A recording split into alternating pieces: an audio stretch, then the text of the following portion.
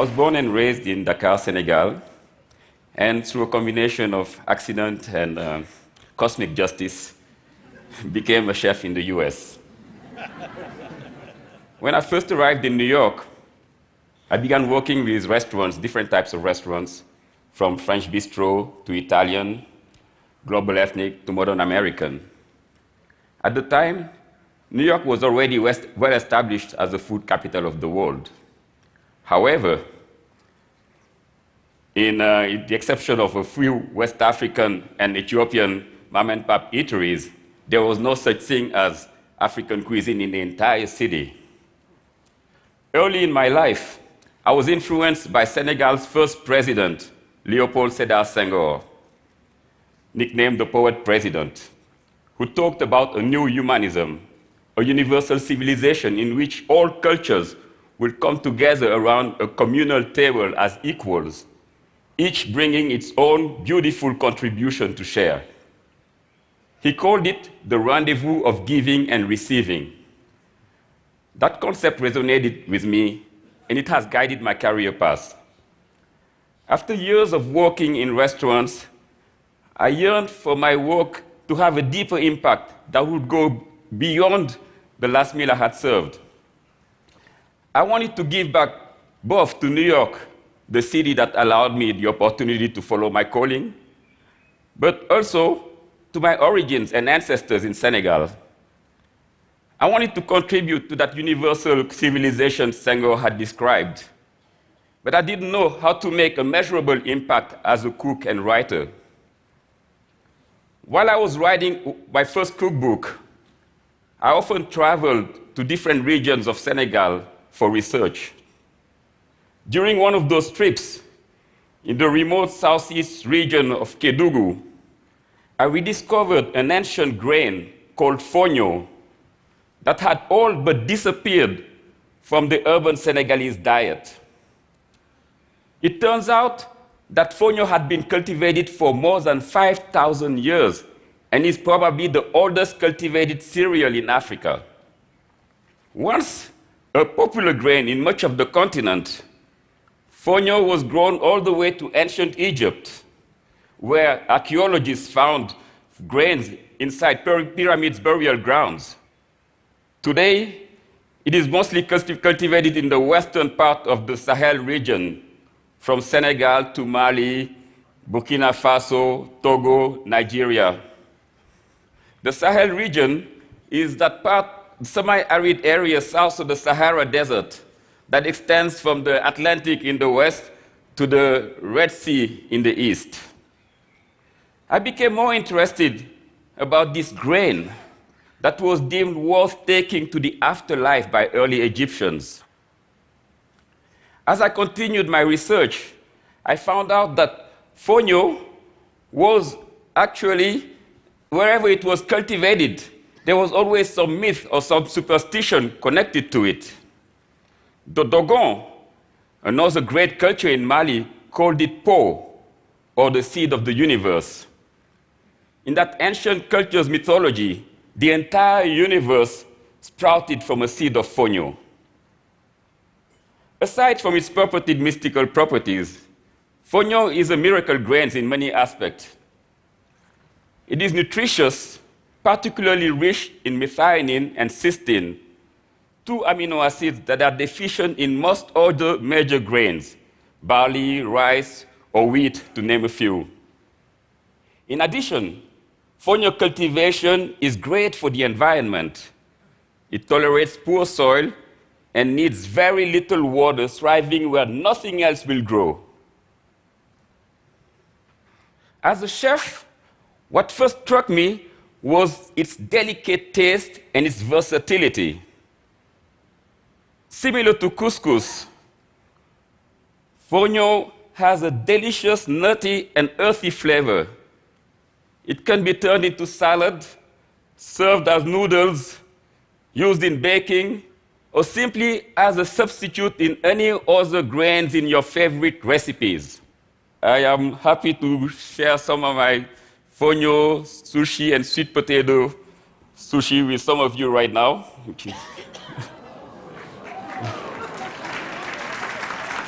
and okra.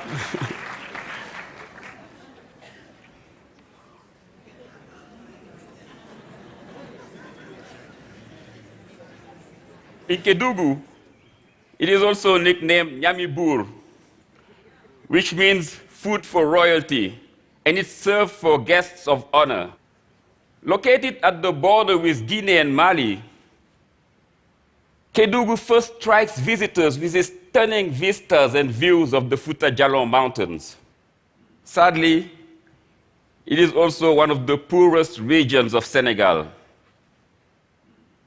Because of desertification and lack of job prospects, much of Kedugu young population has left. They chose the deadly path of migration in search of better opportunities. Often, they risk their lives trying to reach Europe. Some leave by crossing the Sahara Desert.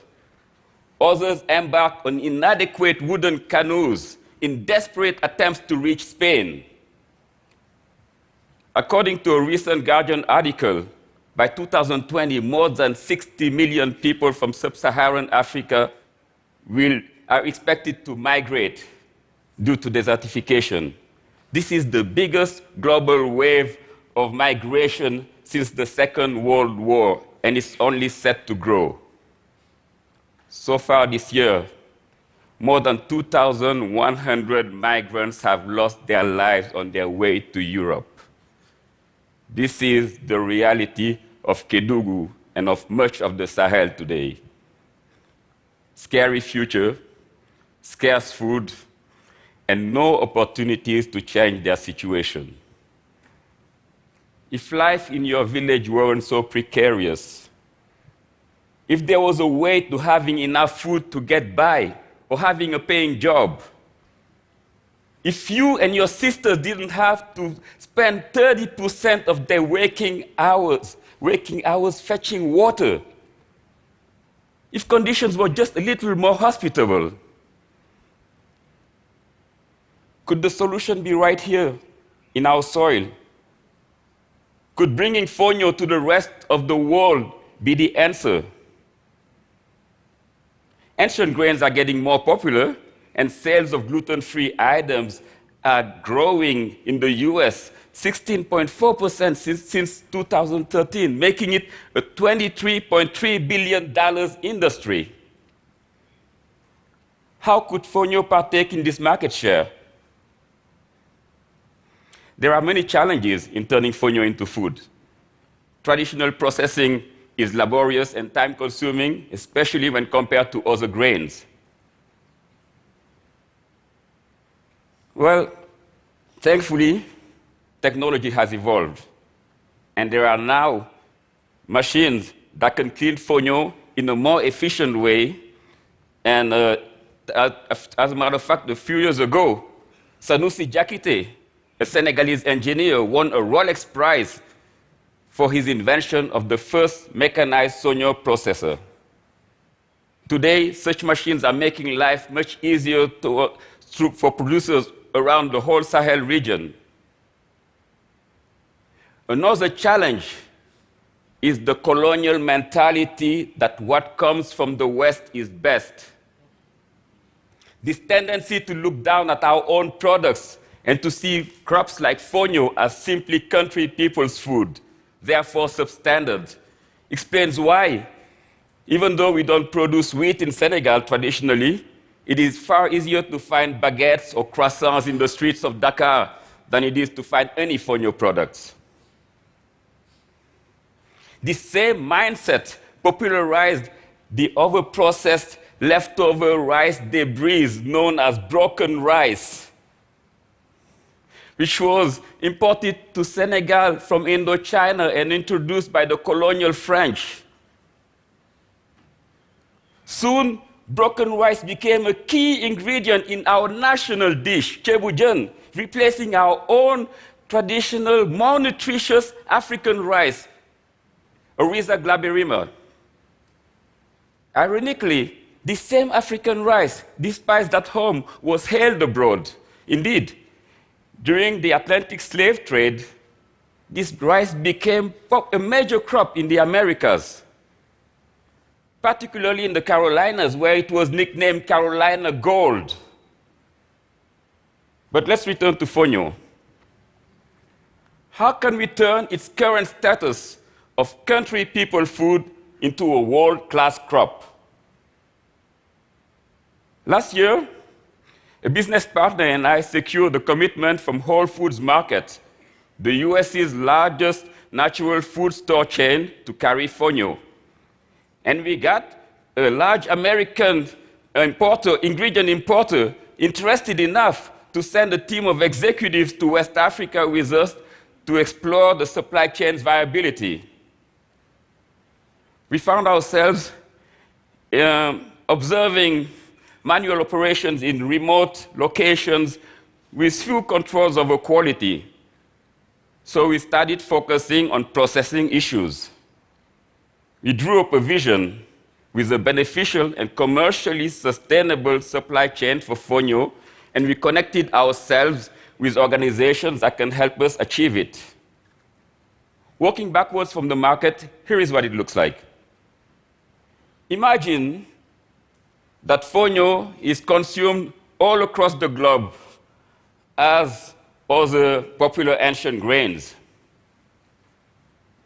Fonio touted on the labels of cereals, breads, nutrition bars, cookies, pastas, snacks.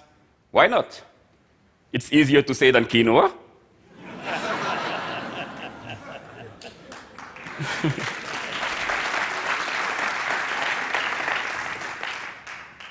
To get there, Fonio needs to be readily available at a consistent quality for commercial users such as food manufacturers and restaurant chains. That's the part we're missing. To make Fonio available at a consistent quality for commercial use, you need a commercial-scale Fonio mill that adheres to international quality standards. Currently, there is no such mill in the whole world. So, in our vision, there is an African-owned and operated Fonio mill that processes efficiently and in compliance with the requirements of multinational food companies. It is very difficult for the Fonio producers today to sell and use Fonio unless they devote a huge amount of time and energy in threshing, winnowing, and husking it. In our vision, the mill will take on those tasks, allowing the producers to focus on farming rather than processing. There is untapped agricultural capacity in the Sahel, and all it takes is changing market conditions to activate that capacity. By relieving Fonio producers of manual operations, the mill will free up their time and remove the production bottleneck that limits their output. And there are other benefits as well in using Sahel land for agriculture. More benefits: higher employment, climate change mitigation by reversing desertification, and greater food security. Nice vision, right? Well, we are working towards getting it done. Last month, we introduced Fonio to shoppers in New York City and online in a package that makes it attractable and desirable and accessible.